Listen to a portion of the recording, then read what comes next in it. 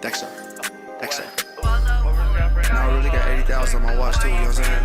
You did. Here we go, what's up, Rose? No, what's up, Rose? Dexter. Ooh. What's going on, y'all? It's Eddie here. And today, finally, today's the day you get the dart tuned.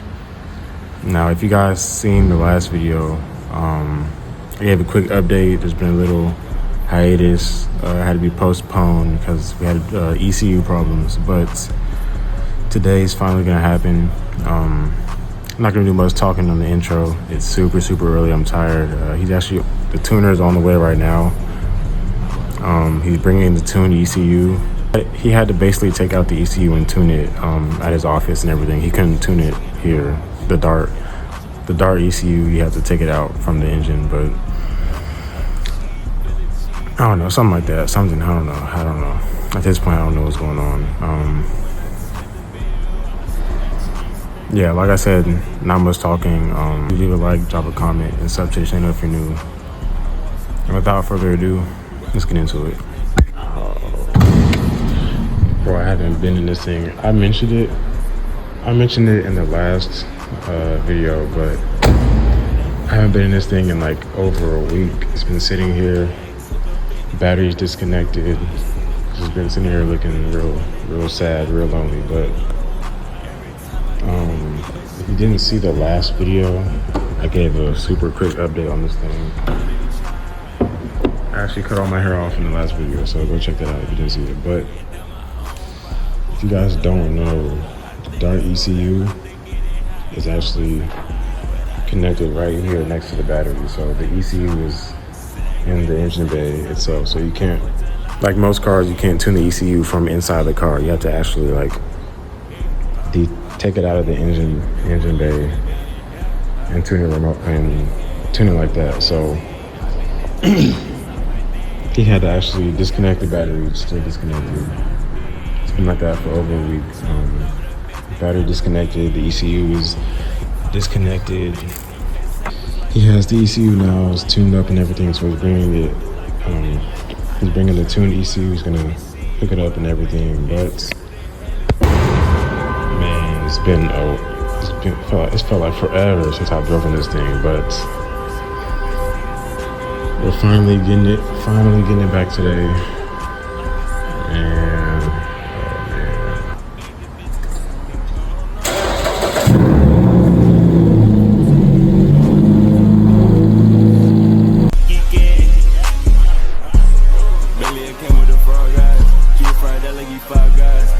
And how warm does the engine need to be like for it to actually start like popping?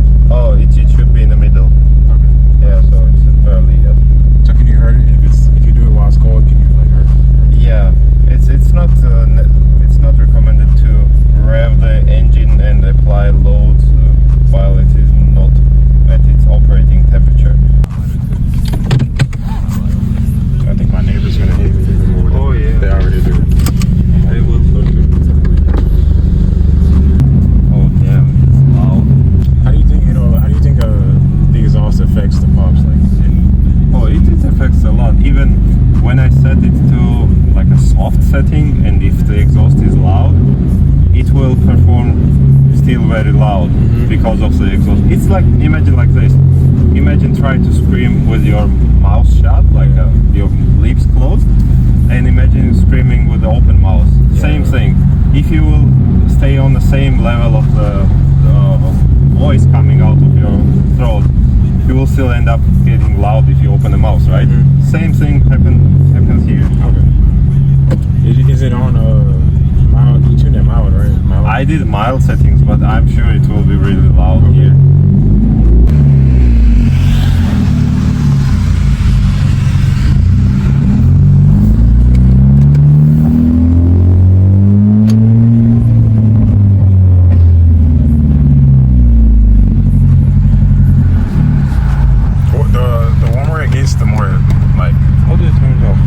So the one that controls the brightness, there's like a lower setting.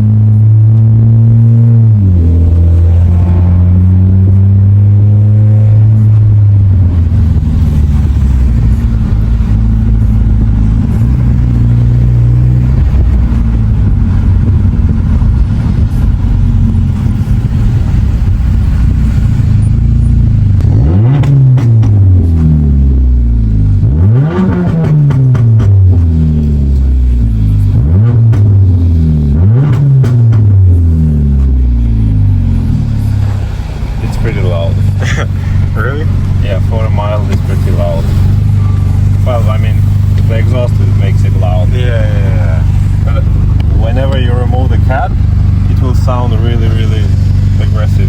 See, I wanted to do that in the first place. It's just when I went to the exhaust shop, they can't like. I don't know if I could ask them to take out the whole engine block and have it modified like that. No, you don't have to.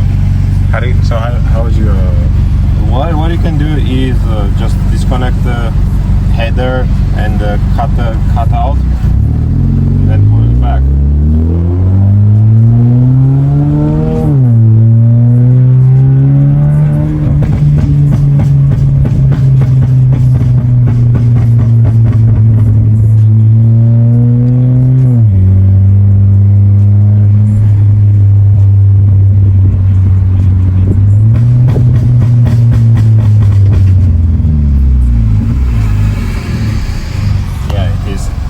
Higher than 3,000.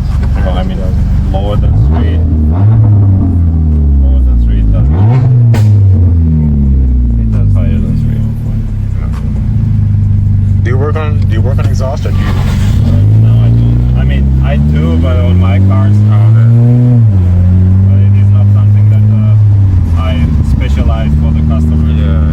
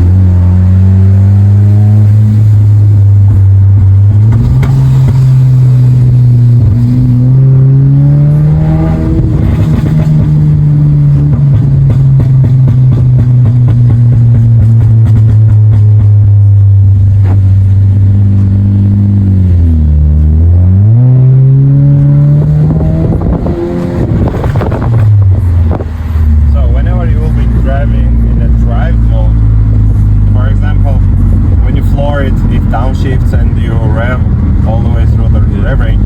When you release your leg from the accelerator, it will pop a few times and then stop. But if you will switch to the manual mode and drive in manual, like as first, second, third gear manual, right? As long as you are higher than 3,000 RPM and you release your leg from the accelerator, it will pop like that. But try to not drive car like popping down the road all the time. So now I'm doing it for test purpose to see how everything works, how drivability is, and how the popping, etc. So it's good. So I would not recommend doing that like every after few minutes. You know, you need to let the engine cool, and you need to let the catalytic converter cool. Otherwise, it doesn't matter what car it is. Is it cheap car, expensive car, new or old car? You will ruin the engine. So what question I get from the customers and people in general is like, does the pop and the Burble hurt the engine? So pop itself and Burble does not hurt, and this is something that most of the modern cars come from the factory like that, but people do. So what happens is people continuously pop down the road, and it affects the engine, and it makes engine go bad or catalytic converter bad, you know. So this is something that you should not be doing, and you have to understand that you should not abuse the engine and abuse the car. So you can pop a few times and let it cool, and you will be good. Okay. So that's all you need to know.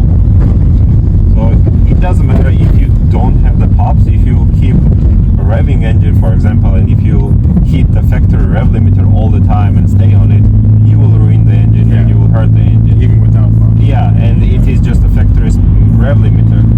Oh, by the way, the factory neutral and parking rev limiter now is gone. So whenever car is parked, you can rev higher than 4,000. I set it to 6,000. So in parking, you can rev it all the way down to 6. So is there a way? Can you two-step automatic park?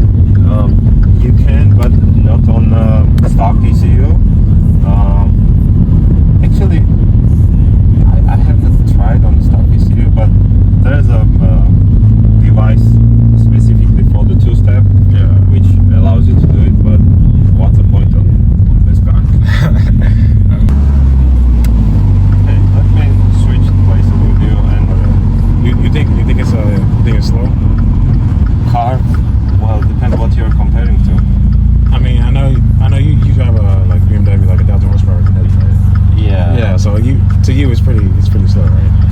Yeah, it is.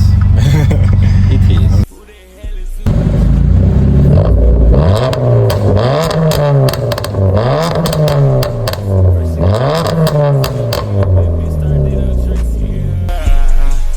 Like a salad, yeah. Like it's baked